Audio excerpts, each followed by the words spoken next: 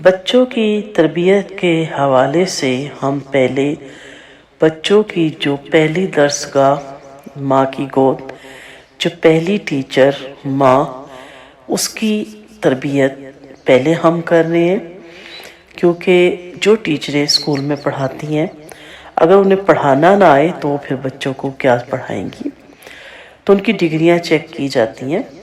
تو ماں کی جو ڈگری ہے وہ اس کو اپنی ماں سے ودیت ہوتی ہے، وہ اپنی ماں سے سیکھتی ہے، اور پھر وقت کے ساتھ ساتھ، اور سب سے بہترین چیز ہمارے ساتھ پاس قرآن اور حدیث ہے، اگر ہم اس سے جڑے ہوں، اپنی بچیوں کو ان کے ساتھ جوڑی رکھیں تو ان کے لیے آنے والی نسل کی تربیت کرنا بہت آسان ہو جاتی ہے۔ ہمارا ٹاپک ختم ہوا تھا پچھلے لیکچر میں کہ خوش رہیے، مسکراتے رہیے، طریقے خود ڈھونڈیے، ایسی کتابیں پڑھیں، ایسی تدبیریں نوٹ کریں جس سے آپ کے غم دور ہوں، فکریں دور ہوں۔ غم کو دور کرنے کی بہت سی تدابیریں ہو سکتی ہیں۔ مثلاً نمبر 1، اللہ تعالیٰ کی نعمتوں کو سوچئے، ایک ایک نعمت کا ذکر کر کے خود کو یاد دلوائیے کہ اللہ کا کتنا احسان ہے، اللہ تعالیٰ نے بغیر استحقاق کے مجھے یہ نعمتیں عطا فرمائی۔ کیونکہ آپ دیکھیں کہ بعض دفعہ ہم اپنے شوہروں سے تنگ، لیکن ان کے پاس بیٹھے جن کو جو بیوہ ہو گئی، جن کے پاس سہارے نہیں، تو وہ روتی ہیں، وہ کہتی ہیں کہ سلامت رہتے، چاہے بیمار تھے، بیڈ پہ رہتے، چاہے کم کماتے تھے، سلامت تو رہتے۔ اور وہ جو کسی حالات سے تنگ آ کے طلاق یافتہ یا خلا والی ہیں تو وہ بھی بہت اپسٹ رہتی ہیں، کیونکہ وہ بار ان کا پھر اپنے باپ کے گھر میں یا اپنے بھائیوں کے گھر میں نہیں رہتا، اور ایک جھجک آ جاتی ہے کوئی چیز لینے مانگنے، جو انسان شوہر سے مانگ لیتا ہے اور ضد کر کے مانگ لیتا ہے، اپنا حق سمجھ کے مانگ لیتا ہے۔ تو جب ہم اسی طرح سسرال سے بعض دفعہ اریٹیٹ ہوتے ہیں، بہت سی جیسی باتیں ہیں، تو پھر یہ سوچ لیں کہ وہی والدہ جو میرے شوہر کی ہے، اگر وہ ناراض ہوتی ہے اپنے بیٹے سے تو میرے ہسبینڈ کی تو دعائی قبول نہیں ہوگی۔ یہ حدیث کا مفہوم ہے کہ ایسا بیٹا جس کی ماں اس سے ناراض ہو، اس کی دعا تو اوپر جاتی ہی نہیں۔ تو یہ سوچ لیں کہ پھر کیا فائدہ اتنی محنت کرنے کا میرے شوہر کو ہوگا جب ماں کی یہ دکھ کی وجہ سے ان کی دعائیں اوپر نہیں جائیں گی۔ اور پھر یہ دیکھیں کہ ان کی دعائیں، ان کی برکتیں گھر میں ہونے کی وجہ سے، ان کی رحمتیں، کتنا فرق پڑتا ہے۔ اور جو اس سے محروم ہیں وہ ترستے ہیں کہ ہمارے پاس کوئی بزرگ ہوتے۔ کسی حکیم شخص کے پاس کسی نے اپنی فقیر ہونے کی شکایت کی، تو یہ اب مشہور واقعہ نا کہ اس حکیم نے اس سے کیا کہا، کوئی تم سے ایک آنکھ لے لے اور 10,000 دے دے، کیا تمہیں یہ سودا منظور؟ اس نے کہا نہیں۔ پھر کہا اچھا دونوں آنکھوں کے بدلے میں 20,000 لے لو، فقیر نے کہا نہیں۔ پھر کہا اچھا ایک ہاتھ دے دو 10,000 کے بدلے، اس نے کہا نہیں۔ یعنی سمجھانے کے لیے وہ ترتیب بار تمام اعضاء کی بولی لگاتا رہا۔ یہ دینا جائز نہیں ہے، حرام ہے، لیکن اس نے یہ اس لیے گنوائے کہ اسے پتا چلے کہ تم لاکھوں نہیں کروڑوں کے مالک ہو۔ اگر آپ کے پاس خربوں بھی ہو نا اور اللہ آنکھ لے لے یا آنکھ دیکھ ہی نہ بھیجے تو ڈاکٹر بھی کچھ نہیں کر سکتے، وہ آپ کے خربوں روپے بھی بیکار ہیں۔ اللہ نہ کرے ہاتھ کٹ جائے، پاؤں کٹ جائے، اور ہوتے ہیں حادثات، تو دھری کی دھری رہ جاتی ہے ساری شہنشاہت، ملکیت، پیسہ۔ بڑے بڑے کھرب پتوں کو میں نے روتے دیکھا ہے کہ ہمارا سب کچھ کوئی لے لے اور ہمارے بچہ ہمیں واپس لوٹا دے۔ تو یہ سوچ کے اس پر شکر کریں کہ اللہ تعالیٰ نے اپنے وعدے کے موافق اتنا کچھ مجھے دے رکھا ہے، اور دے گا جب میں شکر کروں گی، اور ناشکری کر کے غم کھاؤں گی تو شکایتیں بڑھتی رہیں گی۔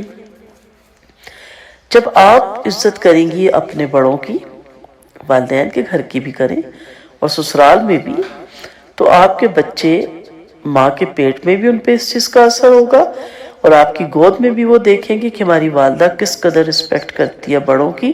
تو یہ جو آج آپ بو رہی ہیں کل آپ کاٹیں گی، یہ بچے بڑے ہو کر آپ کی بھی اسی طرح رسپیکٹ کریں گے۔ کل اگر آپ کا بیٹا وہی رویہ اختیار کرتا آپ سے جو آپ نے اپنے شوہر کو مجبور کیا اپنی والدہ کے ساتھ کرنے کے لیے یا بہنوں کے ساتھ، تو وہی بیٹا جب آپ اپنی بہنوں کے ساتھ کرے گا تو پھر روئیے گا مت، یہ ضرور سوچیے گا کہ کہاں مجھ سے غلطی ہوئی، تو اللہ نہ کرے وہ وقت آئے، اس سے پہلے سنبھل جائیے۔ جو کچھ کر گزرے اس پہ معافی مانگے اللہ سے، اور ان سے بھی معافی مانگے جن کے ساتھ آپ نے کی۔ اللہ کو بہت پسند ہے وہ شخص جو اپنی غلطی کو ایکسیپٹ کرتا ہے، وہ نہیں پسند جس نے کبھی غلطی ہی نہیں کی۔ غلطی انسان کرے گا، انسان خطا کا پتلا ہے، لیکن اپنی غلطی ایکسیپٹ کی اور پھر معافی مانگ لی۔ تو یاد رکھیں، تکلیف شکایتیں کرنے سے دور نہ ہوگی، اور نہ شکری کا عذاب سر پر رہے گا۔ تو اس حکیم نے توبہ کی اور آئندہ اپنے آپ کو شکر کا عادی بنانے کا وعدہ کر کے اسے اجازت دی اور وہ چلا گیا۔ لہٰذا مسلمان عورت کو چاہیے کہ ساس اور نند کی زیادتیوں، شور کی ناجائز سختیوں پر واویلا کرنے کے بجائے یا اکیلے اکیلے سوچنے کے بجائے اللہ رب العزت کی نعمتوں کو سوچے کہ میری ساس ہے تو الحمدللہ یہ خوبی بھی تو اس میں ہے، یہ خوبی بھی تو اس میں ہے۔ ان باتوں میں الحمدللہ مجھے کچھ نہیں کہتی جو ناجائز ہے، جائز پہ مجھے ڈانٹتی ہے تو کوئی بات نہیں، میری ماں ہے، عورت ہے، کیا ہوا، میری ماں بھی تو مجھے ڈانٹتی تھی، میں برداشت کروں گی، اس کا اجر ملے گا۔ اور یقین کریں بڑوں کی جب بات کو برداشت کرو تو وہ ڈانٹنا بھی آہستہ آہستہ چھوڑ دیتے ہیں، وہ سمجھ جاتے ہیں کہ یہ بچی ہمیں سمجھتی ہے، ہماری بات کو برداشت کرتی ہے۔ تو آپ جب ان کی خوبیوں کو گننا شروع کریں گی تو انشاءاللہ تعالیٰ تھوڑے ہی دنوں میں دل خوشیوں سے باغ باغ ہو جائے گا اور غم خود بخود ختم ہو جائے گا۔ کہتے ہیں کسی بزرگ کے پیٹ میں شدید درد اٹھا تو لوگ عیادت کے لیے آئے، کسی نے پوچھا کیا حال ہے، فرمایا الحمدللہ سر ٹھیک ہے، الحمدللہ پاؤں ٹھیک ہے، الحمدللہ دل و دماغ ٹھیک ہے، الحمدللہ آنکھیں ٹھیک ہے، صرف تھوڑا سا پیٹ میں درد ہے، آپ لوگ دعا کریں انشاءاللہ یہ بھی ٹھیک ہو جائے گا۔ یعنی جو ٹھیک ہے ان کو اتنا یاد کیا جائے کہ بیمار عضو بھول ہی جائیں۔ ہمارے نفسیات کا کہنا ہے کہ یہ بہت ہی اچھا علاج ہے جس سے انسان اپنے ہر بیماری مصیبت کو ہلکا اور کم کر سکتا ہے، کیونکہ احساس کا دخل بہت اہمیت کا حامل ہے۔ انسان کو خود جتنا اچھا خیال کرے گا اور جو نعمتیں میسر ہیں ان کو سوچے گا تو جو غم موجود ہیں وہ بھی بہت ہلکے ہو جائیں گے۔ لہٰذا آپ سے بھی کوئی حال پوچھے اور آپ پر کوئی غم و فکر طاری ہو یا کسی ناگوار واقعے کی یاد آئے اور جو نعمتیں ہیں اس کو یاد کیجئے، الحمدللہ خود صحیح سالم ہوں، الحمدللہ والدین صحیح سالم ہیں، الحمدللہ اولاد تندرست ہے، الحمدللہ الحمدللہ الحمدللہ۔ اتنا کہیں کہ شکر کرتے کرتے آپ کی زبان چینی اور شہد سے بھی زیادہ میٹھی ہو جائے۔ بہت کام کی بات کسی نے یہ بیان کی کہ میرے پاس جوتا نہیں تھا، گھر سے باہر جوتا لینے گئی، ایک عورت کو دیکھا اس کے پاؤں نہیں تھے تو بہت زیادہ شکر کرتے ہوئے واپس لوٹی۔ الہی آپ نے مجھے جوتے نہیں دیے لیکن پاؤں تو دیے، آپ کا بہت احسان۔ لہٰذا ان چیزوں کو خوب سوچئے، انشاءاللہ تعالیٰ دل چند دنوں میں خوشیوں سے باغ باغ ہو جائے گا اور نئے آنے والے بچے کی زندگی میں چار چاند لگ جائیں گے۔ یاد رکھیے دنیا خوشیوں کی جگہ نہیں، اس میں ہر ایک غمگین ہے، یہ اصل تو غم کی جگہ ہے۔